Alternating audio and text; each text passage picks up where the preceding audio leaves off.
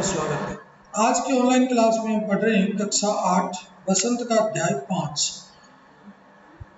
चिट्ठियों की अनूठी दुनिया। इस अध्याय का कुछ भाग हम पूरे की ऑनलाइन क्लास में पढ़ चुके। आज हम इस अध्याय को पूर्ण करेंगे। एक बार इसकी मैं आपको थोड़ा सा पीछे का वर्णन कर देता हूँ। लेखक अरविंद कुमार सिंह ने अपने निबंध चिट्ठी की अनूठी दुनिया के माध्यम से पत्रों के विचित्र संसार और हमारे जीवन में उनके महत्व और सभ्यता के विकास में उनका योगदान के साथ साथ प्रसिद्ध महान लोगों के पत्रों के योगदान से परिचित कराया है। साथ ही यह भी स्पष्ट किया है कि भले ही वैज्ञानिक युग में संसार के अनेक नए और तीव्र साधन उपलब्ध हैं, फिर भी चिट्ठियाँ सदैव स्थायी और सर्वश्रेष्ठ साधन बनी रहेगी। इसमें हमने बहुत से चिट्ठियों के बारे में जानकारी प्राप्त की और बहुत से जो विद्वान हैं उनके बारे में भी पढ़ा। महात्मा गांधी के बारे में हमने पढ़ा कि वो हर एक चिट्ठी का जवाब देते थे। अगर वो थक भी जाते थे तो दाएं हाथ से लिखने तो बाएं हाथ से लिखना शुरू कर देते थे। इसके अलावा बहुत सारे और भी लोग थे जिनके द्वारा ये चिट्ठी की दुनिया है वो हमने जानी। अब हम आज जो पढ़ेंगे वह उससे आगे पढ़ेंगे। पत्र व्यवहार की परंपरा भारत में बहुत पुरानी है। हमारे देश में ये परंपरा पत्रों से एक दूसरे के विचारों को जानना, कुशल से पूछना बहुत पुरानी परंपरा है, पर इसका असली विकास आज़ादी के बाद ही हुआ। तमाम सरकारी विभागों की तुलना में सबसे ज़्यादा गुडविल डाक विभाग की है। इसकी एक खास वजह यह भी है कि ये लोगों को जोड़ने का काम करता है। घर घर तक इसकी पहुंच है। संचार के तमाम उन्नत साधनों के बाद भी चिट्ठी पत्री की हैसियत बरकरार है।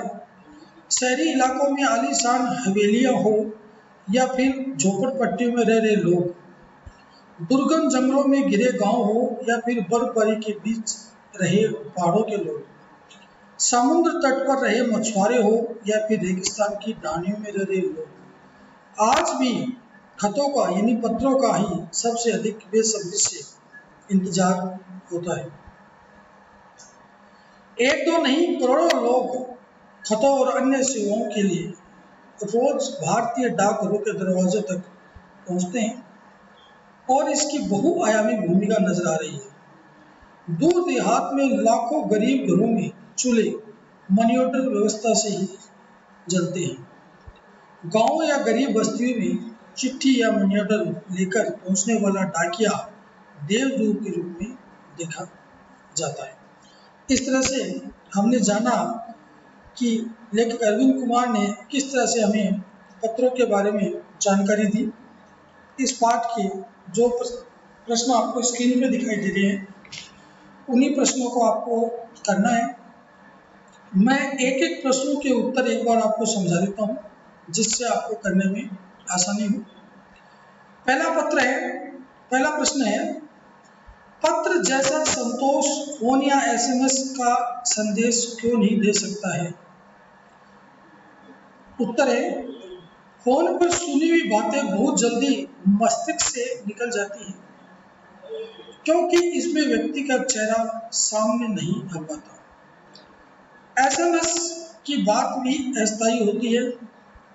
दोनों में संदेश का स्वरूप छोटा होता है, जबकि पत्र में भावों के व्यक्ति तथा उसे सुरक्षित रूप में रखते हैं और बार बार पढ़ने का सुख मिलता है।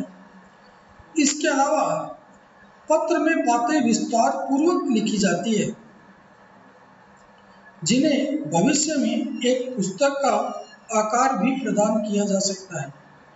सबसे महत्वपूर्ण, पत्र पाने वाले के पास किसी साधन का होना आवश्यक नहीं होता। इसके विपरीत फोन या एसएमएस का प्रयोग तभी किया जा सकता है जब सामने वाले के पास फोन या एसएमएस पाने की सुविधा उपलब्ध हो। प्रश्न 2 है, पत्र को खत, कागज, उत्तरम, जामु, लेख, कड़ित, पाती, चिट्ठी इत्यादि कहा जाता है। इन शब्दों से संबंधित भाषाओं के नाम बताइए। इस प्रश्न का उत्तर वैसे तो आपको पाठ के शुरू में मिल जाएगा, फिर भी मैं एक बार वह जानकारी दे देता हूँ। उत्तर में है कि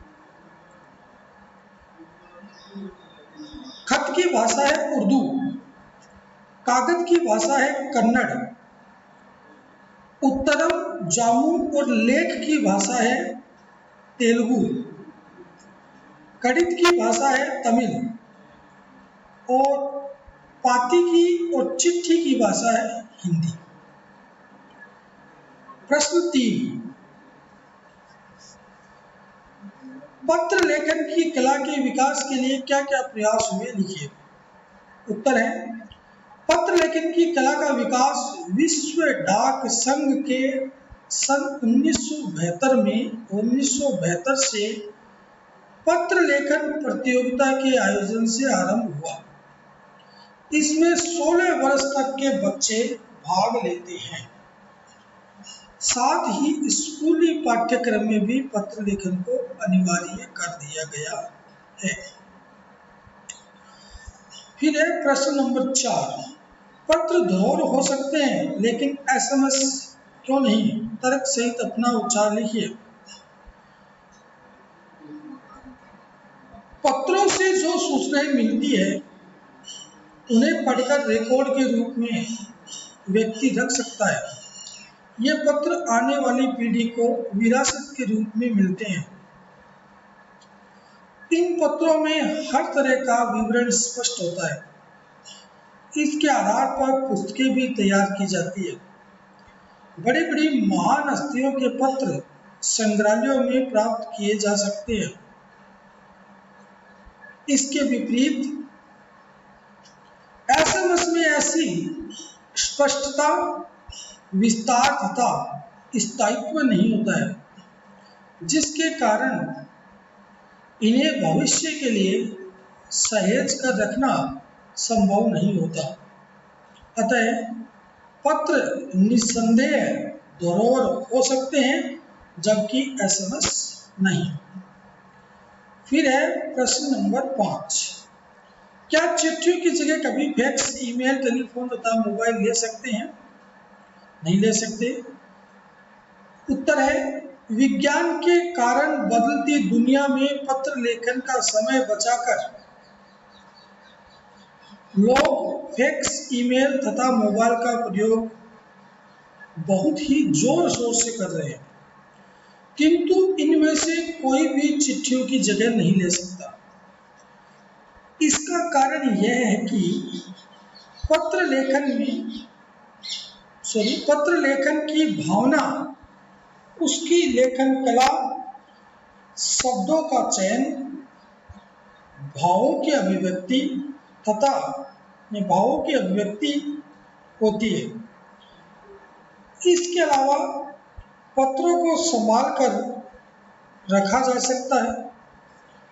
व्यापारिक तथा विभागीय कार्यों को पहले भी पत्रों के माध्यम से किया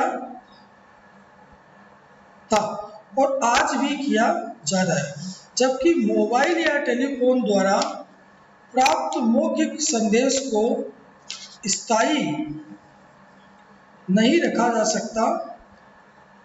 अतः ये साधन पत्र का स्थान कभी नहीं ले सकते। पत्र का महत्व सर्वकालिक है। इस तरह से मैंने आपको इन 5 प्रश्नों के उत्तर बता दिए जो आपको नोटबुक में करने। अगली ऑनलाइन क्लास में हम नए अध्याय के साथ फिर मिलेंगे। तब तक के लिए धन्यवाद।